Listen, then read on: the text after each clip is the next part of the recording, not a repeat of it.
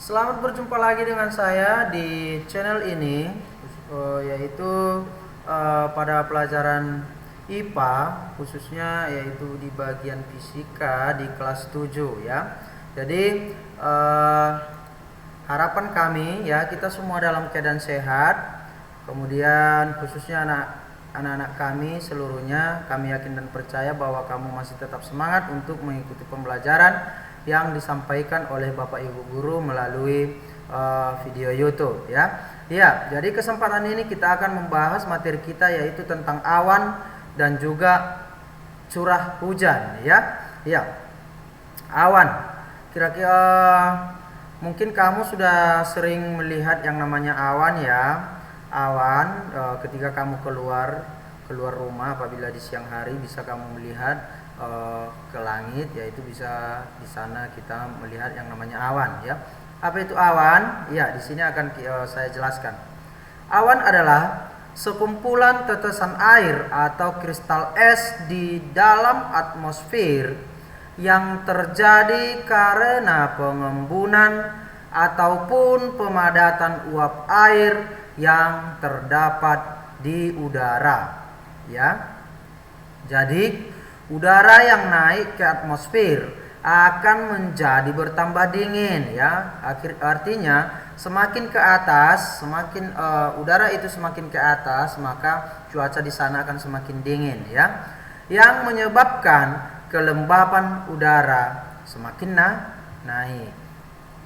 Pada saat akan tercapai uap jenuh ya, artinya semakin besar kelembapan udara, maka uap jenuh juga akan semakin tinggi. Kejenuhan inilah yang mengakibatkan terjadinya kondensasi sehingga terjadi awan, kondensasi ataupun uap air ya.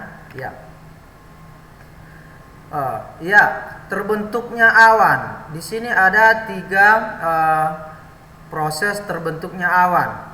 Yang pertama, udara selalu mengandung uap air. Uap air yang meluap akan menjadi titik-titik air dan terbentuklah awan.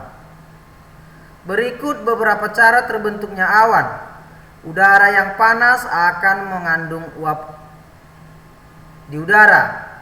Udara yang panas tersebut akan naik tinggi hingga berada di satu lapisan dengan suhu yang lebih rendah, sehingga uap tersebut mencair dan terbentuklah awan. Inilah tadi yang sudah saya sebutkan, semakin ke atas cuaca atau suhu udara semakin rendah ataupun semakin dingin ya, sehingga uap air tadi berubah menjadi mencair ya. Iya.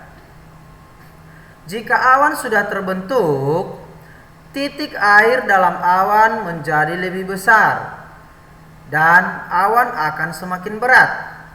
Perlahan, daya tarikan bumi menarik awan ke bawah hingga pada satu peringkat titik-titik tersebut jatuh ke bawah. Itulah yang disebut hujan. Ya. Iya. Jika titik-titik air bertemu dengan udara panas, maka titik air akan menguap dan awan tersebut akan hilang. Hal inilah yang membuat bentuk awan selalu berubah-ubah. Air di dalam awan akan bergantian menguap dan mencair ya. Jadi apabila kita sudah melihat awan hitam ya, itu artinya ya berarti awan tersebut sudah mengandung banyak titik-titik air dan berat, sehingga udara tidak sanggup lagi untuk membawa ataupun menggeser ya, sehingga daya tarik bumi ya atau gravitasi bumi itu menarik titik-titik air tersebut turun ke bawah. Itulah yang disebut hujan ya. Iya. Menurut ketinggiannya, awan dibedakan menjadi 3 macam, yaitu awan rendah, awan menengah, dan awan tinggi.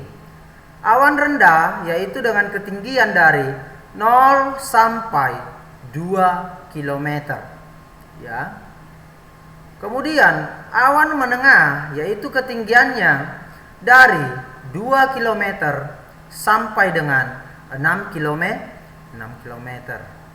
Dan awan tinggi, yaitu ketinggiannya di atas dari 6 km. Jadi kalau udah 6 km ke atas tingginya, itu sudah disebut dengan awan tinggi. Iya, itu menurut ketinggiannya. Menurut bentuknya, awan juga dibagi menjadi 3, yaitu cumulus, kemudian stratus, dan cirrus. Ya.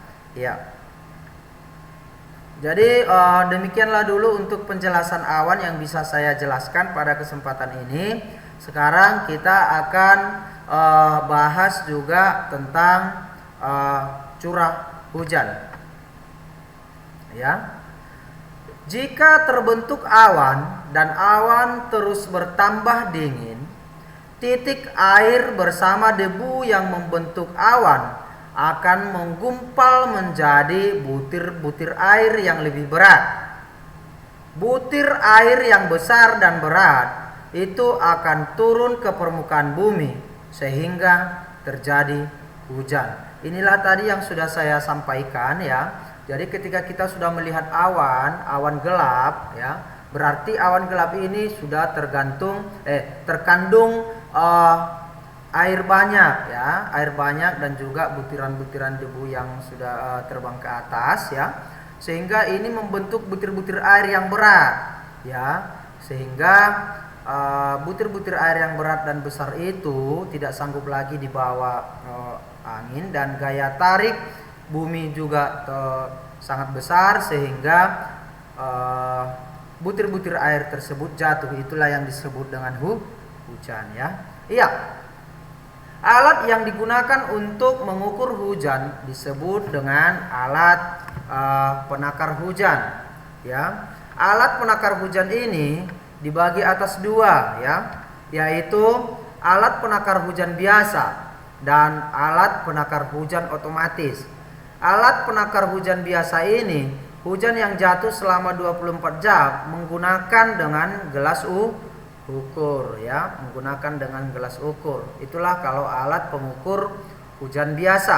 Kemudian kalau alat penakar hujan otomatis, alat ini langsung mencatat curah hujan pada kertas yang dipasang pada alat itu sendiri ya. Ya, kemudian berdasarkan cara terjadinya hujan digolongkan menjadi 3 macam, yaitu hujan konveksi. Hujan konveksi ini disebut juga dengan hujan zenith. Hujan ini terjadi di daerah tropis tanpa mengenal musim ya. Itu jenis hujan yang pertama. Kemudian jenis hujan yang kedua yaitu jenis hujan pegunungan dan hujan orografis. Hujan ini hujan yang terjadi di daerah lereng gunung. Hujan ini terjadi karena angin yang lembab terdesak naik ke lereng gunung ya. Kemudian hujan yang ketiga adalah hujan frontal. Hujan frontal yaitu hujan yang berhadapan langsung dengan penguapan. Udara panas mengandung uap naik tegak lurus, kemudian mendingin di atas, dan terjadilah pengembunan ataupun bintik atau titik-titik air. Kemudian titik-titik air tersebut juga turun ke bawah. Itulah yang disebut hujan frontal ya. Iya, sampai di sini dulu penjelasan yang bisa saya sampaikan pada kesempatan ini ya. Jadi tugas kamu silakan tetap dicatat ulang kembali materi yang sudah saya sampaikan di dalam video ini. Setelah itu buka buku paket kita halaman 261 ya, halaman 261, yaitu uji kompetensi 10.1 ya. Di situ ada 3 soal, silakan dikerjakan untuk tambahan tugas, yaitu selain dari mencatat materi yang sudah saya sampaikan, kamu juga menyelesaikan 3 soal yang ada di buku paket ya. Jadi cukup sekian dulu yang bisa saya sampaikan pada pertemuan kita kali ini. Pesan saya tetap semangat dan jaga kesehatan ya. Semoga kita semua dijauhkan dari yang namanya penyakit. Oke, sekian dan terima kasih.